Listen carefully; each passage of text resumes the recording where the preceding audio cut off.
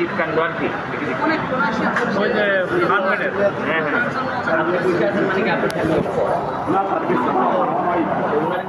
সাম্প্রতিক সময়ে গরিবের উকিল খ্যাত ব্যারিস্টার সৈয়দ সায়েদুল হক সুমনের বিরুদ্ধে বেশ কিছু গুরুতর অভিযোগ তুলেছেন বহুল আলোচিত সাংবাদিক ইলিয়াস হোসেন, যা টক অব দ্য কান্ট্রিতে পরিণত হয়েছে।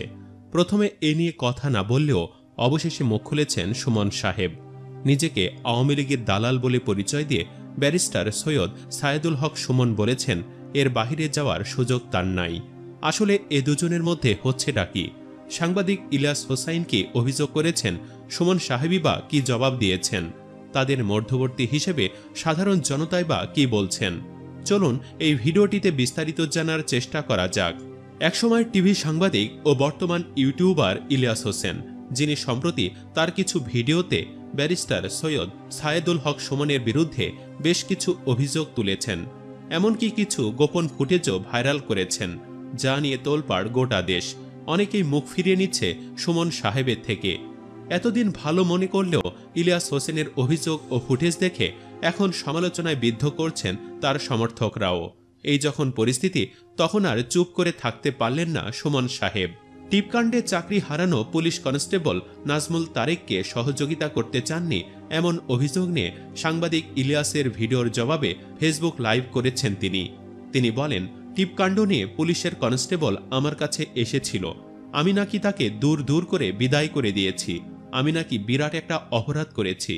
চাকরি হারানো পুলিশ কনস্টেবল নাজমুল তারেককে বলেছিলাম, আপনি আপনার বউ বাচ্চাকে নিয়ে আমার কাছে আসবেন না, চাকরি গেছে আপনার, আর বউ বাচ্চাকে নিয়ে রাস্তায় ঘুরছেন, তাদের কষ্ট দিচ্ছেন, আপনি বউ বাচ্চা নিয়ে আমার কাছে আর আসবেন না।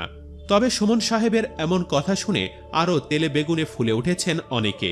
তাদের মন্তব্য, অনাহারে নাজমুল সাহেবের স্ত্রীর জন্য তার কি দরদ, তাই তিনি বউ বাচ্চা নিয়ে ঘুরতে নিষেধ করেছেন। অথচ ভিডিওতে দেখা গেছে সুমন সাহেব কিভাবে সেই মহিলাকে দূর দূর করে তাড়িয়ে দিয়েছেন। মহিলার একটা কথাও শুনেননি, ফিরেও তাকিয়ে দেখেননি। অথচ লাইভে এসে এমন ভাব নিলেন যেন মহিলার জন্য তার দরদের শেষ ছিল না। সুমন সাহেবের এমন দুমুখ মানসিকতা দেখে অনেকেই প্রশ্ন তুলেছেন, তবে কি তিনি প্রতিটা বিষয়ে ক্যামেরার সামনে ও আড়ালে দুরকম আচরণ করেন? তাহলে বিষয়টা খুবই খারাপ। যেমন তার ভিডিওতে একজন মন্তব্য করেছেন, টিপকাণ্ডের ওই লোকের সাথে যে ব্যবহার করছেন মিয়া, এটা জঘন্য ব্যবহার ছিল। আমার শত্রুও যদি আমার বাসায় যদি আসে, তার সাথে এমন ব্যবহার করতে পারতাম না। আপনি ডিরেক্ট তারে বললেই পারতেন যে আপনি আইসেন না, আপনার হয়ে আমি উকালতি করতে পারবো না। তাহলেই তো সে বারবার আপনার দ্বারে আসতো না, বিরক্তও করত না। না, তা না করে আপনি তার সাথে ও তার স্ত্রীর সাথে যে ধরনের আচরণ করেছেন, তাতে আপনার মানসিকতায় স্পষ্ট। আর ভিডিওতে সেই পুলিশকে জেল খাটানোর হুমকি নিয়েও খেপেছে জনতা। সুমন বলেন, আমি ইচ্ছা করলে নাজমুলের বিরুদ্ধে মামলা দিতে পারি, ওসি মোয়াজ্জেমের মতো নাজমুলের 8 বছরের সাজাও হতে পারে, কিন্তু আমি এটা করব না, কারণ এমন ছোট লোকদের বিরুদ্ধে আমি কোনো কিছু করি না। আমি সমাজের বড় বড় দুর্নীতিবাজদের বিরুদ্ধে, যারা সমাজের বড় বড় ক্ষতি করে, তাদের বিরুদ্ধে কথা বলি। সুমন সাহেবের মুখে এমন কথা মানায় না বলেও মত অনেকের। ভিডিওতে আবুল হোসেন রাকিব নামের একজনের অভিমত, চমৎকার, নাজমুল তারেককে 8 বছর জেল খাটানোর হুমকি, আর বউ বাচ্চা নিয়ে সুমনের কাছে যাওয়া যাবে না, এটা নিঃসন্দেহে সুমনের একটা তাল বাহানা মার্কা কথা বলে মন্তব্য করেছেন রাকিব। তিনি বলেন, আরে মিয়া, সুমনের যদি সদিচ্ছা থাকত তাহলে সুমন স্বেচ্ছায় নাজমুল তারেককে উপকার করত। এখন সাংবাদিক প্রকৃত সত্যি তুলে ধরায় গায়ে কাটা লাগলো বলেও ক্ষোভ ছাড়েন এই সামাজিক যোগাযোগ মাধ্যম ব্যবহারকারী। সুমন সাহেব তার একই ভিডিওতে নুসরাত হত্যাকাণ্ডের বিষয়েও কথা বলেছেন। ফেনীর সোনাগাজীর মাদ্রাসা ছাত্রী নুসরাত জাহান রাফি হত্যার ঘটনায় দণ্ডপ্রাপ্ত আসামিরা নির্দোষ দাবি করে সাংবাদিক ইলিয়াস হোসেন একটি ভিডিও প্রকাশ করেন ইউটিউবে। সেখানে ওসি মোয়াজ্জেমের চাকরি হারানো ও সাজা পাওয়ার প্রসঙ্গেও নাম আসে ব্যারিস্টার সুমনের। এ বিষয়ে সুমন তার অবস্থান পরিষ্কার করতে ফেসবুক লাইভে এসেছেন বলে জানান। তবে নুসরাত হত্যাকাণ্ডের বিষয়ে তিনি পরিষ্কার কোনো কথা বলেননি। ইলিয়াসের অভিযোগের যথাযথ যুক্তি খণ্ডনও করেননি। এ নিয়েও ক্ষুব্ধ নেটিজেনরা। ইমরান হাসান হাবিব নামের একজন মন্তব্য করেছেন, টিপকাণ্ডের বিষয়টা ক্লিয়ার করার জন্য ধন্যবাদ আপনাকে, তবে যেহেতু আপনি একজন আইনজীবী, সেই হিসাবে আপনার একটা নৈতিক দায়িত্বর মধ্যে পড়ে। এই যে নুসরাত হত্যা মামলার যে কয়জন মানুষের নামে মামলা হয়েছে এবং সাজা হয়েছে, যেহেতু একটা আলোচনা আসছে, সেই হিসাবে আপনি একজন আইনজীবী হিসাবে উচিত যারা এই প্রতিবেদনটি করেছে তাদের কাছে যদি তথ্য প্রমাণগুলো থাকে তাহলে সেইগুলো নিয়ে সেই 16 জন মানুষের পক্ষে মামলাটি মহামান্য হাইকোর্টের চ্যালেঞ্জ করা উচিত। যদি একবার প্রমাণ করতে পারেন সেই 16 জন মানুষ নির্দোষ, তাহলে দেখবেন বাংলাদেশের সাধারণ মানুষের কাছে আপনি আরও জনপ্রিয় হবেন।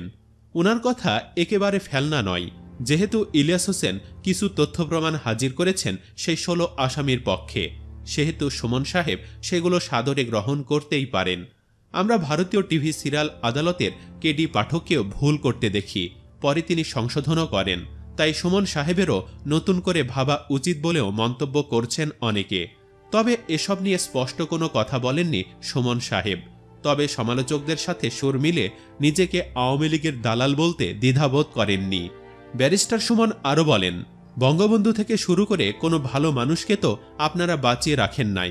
আমারে বলেন আমি নাকি সরকারের দালালি করি। আমি স্পষ্ট করে বলি, আমি 2001 সাল থেকে ছাত্রলীগ আওয়ামী লীগ করা লোক। সবচেয়ে খারাপ সময়ে আমি আওয়ামী লীগ ছাত্রলীগ করা ছেলে। আপনারা নিশ্চিত ধরে রাখতে পারেন আমি আওয়ামী লীগের দালাল। শেখ হাসিনা আমার নেতা, আর আদর্শ হচ্ছে বঙ্গবন্ধু শেখ মুজিবুর রহমান। এটা স্পষ্ট, এর বাহিরে যাওয়ার কোনো সুযোগ নাই আমার। আমাকে যারা এইটা মনে করেন তাদের গালাগালি করার কোনো সুযোগ নাই। আমি আওয়ামী লীগের দালালি, এর চেয়ে বাহিরে যাওয়ার সুযোগ নাই। একটা ইস্যুতে কথা বলতে এসে অন্য বিষয়ে কথা বলা ও নিজে থেকে নিজেকে দালাল বলার মাধ্যমে সুমন সাহেব আসল জিনিসটা লুকাতে চেয়েছেন বলে ভাবনা নেটিজেনদের। ভিডিওর কমেন্ট বক্সে নজর দিলে সেটা বুঝতে পারবেন। আফজাল হোসেন নামের একজন তো সরাসরি বলছেন, আপনি যথেষ্ট ট্যালেন্টেড সুবিধাবাদী লোক। আপনার ওপরে এলিগেশন এলে সেটা অবশ্যই আপনি নাইসলি হ্যান্ডেল করবেন। আপনি কম ঘাটের পানি খেয়ে ব্যারিস্টার হননি, কিংবা এতদূর আসেননি। সুতরাং এই পরিস্থিতি মোকাবেলার জন্য আপনার বলা কথাগুলো খুবই প্রয়োজনীয় এই মুহূর্তে। কিন্তু দুঃখের বিষয় হলো আপনার ধূর্ততা মানুষ বুঝে ফেলেছে। তিনি বলেছেন, আপনার ব্যারিস্টারি বুদ্ধি অনেক থাকতে পারে, কিন্তু সাধারণ মানুষ এতটাও নির্বোধ নয়। বাহিরের চাকচিক্য আর লোক দেখানো সমাজকর্ম থেকে বেরিয়ে আসুন। একদিন সবকিছুর জবাব ওই উপরওয়ালার কাছে দিতে হবে সুমন সাহেব। আরও কিছু লোকজন বলছেন, প্রকাশ্য সামাজিক কাজ নিয়ে অপ্রকাশ্য হাজারো অপকর্ম চালিয়ে যাওয়ার নায়ক আপনি। সারাদিন দেশপ্রেমের গান শোনান, ওদিকে পুরো পরিবার রেখেছেন আমেরিকায়। বাচ্চাদের পড়াচ্ছেন আমেরিকার নামি দামি স্কুলে। পূজার ছুটিতে কারা কলকাতায় যায় তাও আমাদের অজানা নয়। অথচ দুদিন পর পর ক্রিকেটার সাকিবের পেছনে লাগেন, যদিও সেটা টাকা কামানোর জন্য। প্রিয় ভিউয়ার্স, সাংবাদিক ইলিয়াস হোসেনের কথা কতটুকু সত্য, তার তদন্ত কতটুকু সঠিক, সেদিকে আমাদের যাওয়ার ইচ্ছে নেই। তবে তার অভিযোগের পরিপ্রেক্ষিতে সুমন সাহেব যে কথাগুলো বললেন, এ নিয়ে আপনি কি সন্তুষ্ট? মানে সুমন সাহেব কি ইলিয়াস হোসেনের অভিযোগের যথাযথ যুক্তি খণ্ডন করতে পেরেছেন?